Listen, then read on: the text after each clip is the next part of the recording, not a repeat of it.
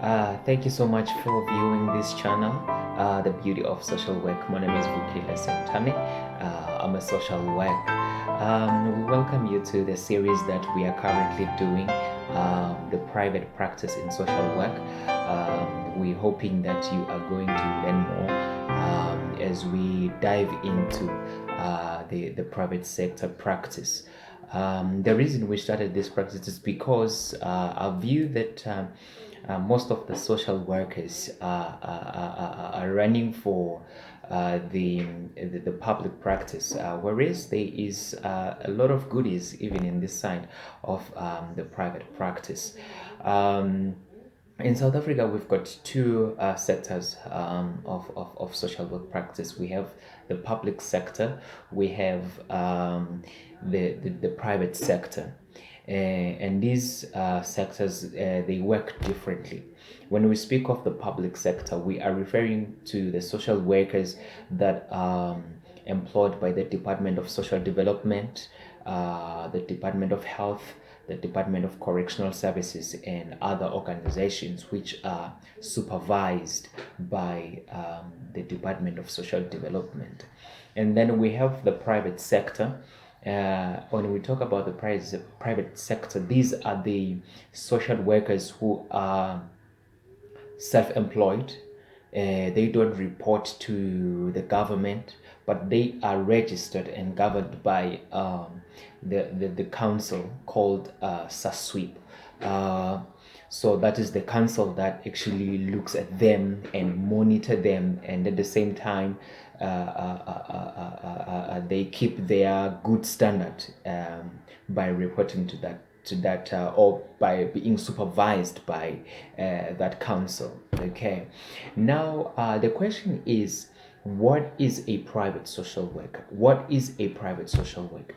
A private social worker, these the professionals who are rendering services to individuals, to families, to the groups, and sometimes the organizations. Sometimes they are employed by companies. You know, when companies are having sort of like maybe one employee who is going through rough time, and they will recommend that the person must see a social worker for counseling and stuff like that, and the company will refer to that social worker, will refer the employee to that social worker, and they pay that social worker for their services. So that's what they do. And what is good about being a private social worker? What is good about it? The first thing is you tend to specialize on the practices that inspires you. You see, you don't do everything. Like, let's say if you work for the Department of Social Development, what happens there is that you tend to be an all-rounder, because sometimes you do substance abuse, sometimes you do children and families, you do disability programs, you do youth development programs. So you tend to do everything. Sometimes the programs that you end up doing are not the things that actually inspires you. So that's the beauty of private sector, because you just focus and specify directly on the practice that you feel inspired ukuthi uyenze. So it's awesome there. And the second thing, you work flexible hours. You work flexible hours. When you work flexible hours, you can say, okay, you know what, today I'm going to start at 8 o'clock and then finishes at 12 o'clock, and you have more hours to do other things. And I always say that this is good for the people like me who likes businesses, who want to be on the business side as well. You have more hours to actually run your business, and you have a couple of income streams in these tough days. I mean, these are tough days, you know. You cannot focus on one stream of income. You need to split the hours you have. When you work for the department, you go to work at 8 o'clock, and you finish at 4:30. And when you finish at 4:30, your family is waiting for you, your children are waiting for you. You have to look at their homeworks, you have to make sure that their uniforms are clean and stuff like that. And if you have a husband, you have to look after your husband at the same time. That means you don't have time, to do other things. You are just contained in those hours of the day. And I believe as citizens and South African citizens, we need to be more, we need to be broad. Let me say that we need to be broad. We need to be looking at different things, and not look at one salary. Guys, let's not look at one salary. We need to actually view other things that we can do with our own time. You get to 40 and you look back and you say, oh gosh, I've been doing this social work since I was 25 and now I'm 45. There is nothing else that we have done. Guys, that's not good. Okay, let's leave that for another day. So when you have flexible hours, you tend to have more spare time to do many things. And the third thing, when you are a private social worker, you earn hourly. So if a company says, we need you for 6 hours, that means each and every hour, depending on your hourly rate. You see, I think we have different rates. So if you work for 5 hours, then you know how much you are going to get on those hours. So that's the good thing about being a private social worker. The question is, what do you need? What do you need to be a private social worker? There is a criteria. And that criteria, for instance, it's just two things. You need to be registered under the South African Association of Social Work in Private Practice, and secondly, you need at least to have experience for 5 years. You need to be, let's say, you have been working under a supervision for 5 years. Why they need that 5 years? Because they need to know that you will comply with the Social Workers Act. You won't be doing your own things that are against the laws of South Africa.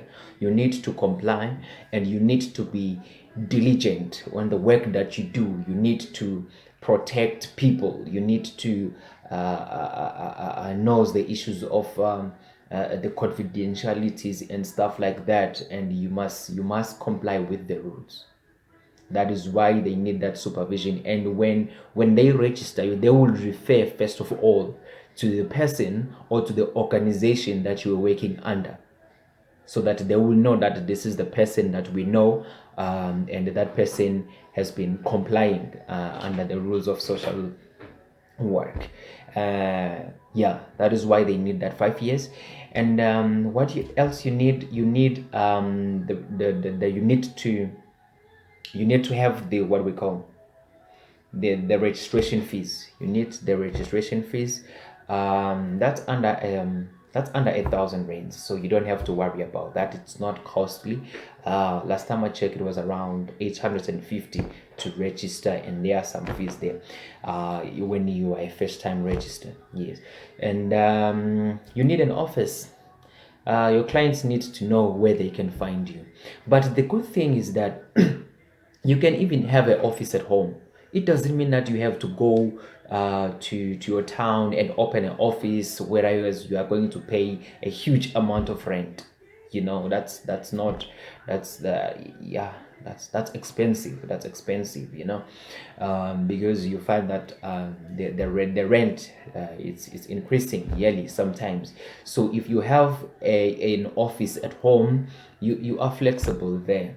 You know that you won't be worried about rent. You will use your telephone, you will use your computer, you will use your internet at home. You don't have to worry about rent, as long you have a private You won't be having your family members walking around while you are having a session, someone calling you during a session. Your family will know that, okay, this is your working hours and you don't want to be disturbed, because that time you are seeing your client.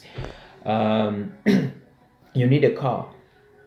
You need a car because sometimes you need to visit your clients. Sorry, you need to visit your clients. Some clients won't be coming to office and you need to meet them there. Some of your clients will be staying in suburbs, so if they are there will be no taxis going there, so you need your car. You need your car. It's important to have a car. Then you need to build a client base system, and you need to maintain your good reputation. I repeat that. If you want clients to be coming to you, and your client will be referring their friend, and their friend will be referring to their friends to you, that means you need to keep your reputation. Don't work anyhow. You must be accountable. You must be reliable. People must believe in you. People must trust you that you are a reputable social worker. Then by doing that, your business will flourish. The last thing, you must do your marketing. You must do your marketing. In these days, it's easy to do marketing. You can market yourself on Instagram, you can market yourself on Facebook, you can market yourself on YouTube. You can do YouTube videos and people will know about you and know that, well, this is a person that I can go to.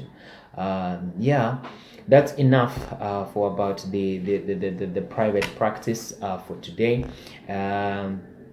Tune in for when we look at the specialities of the private practice, because there are specialties. We have adoption, we have forensic social workers, we have social workers who are working for or maybe specializing on foster care and stuff like that. But we'll be tackling that one by one, so that you can have a broader picture. So thank you so much for viewing this page and this channel.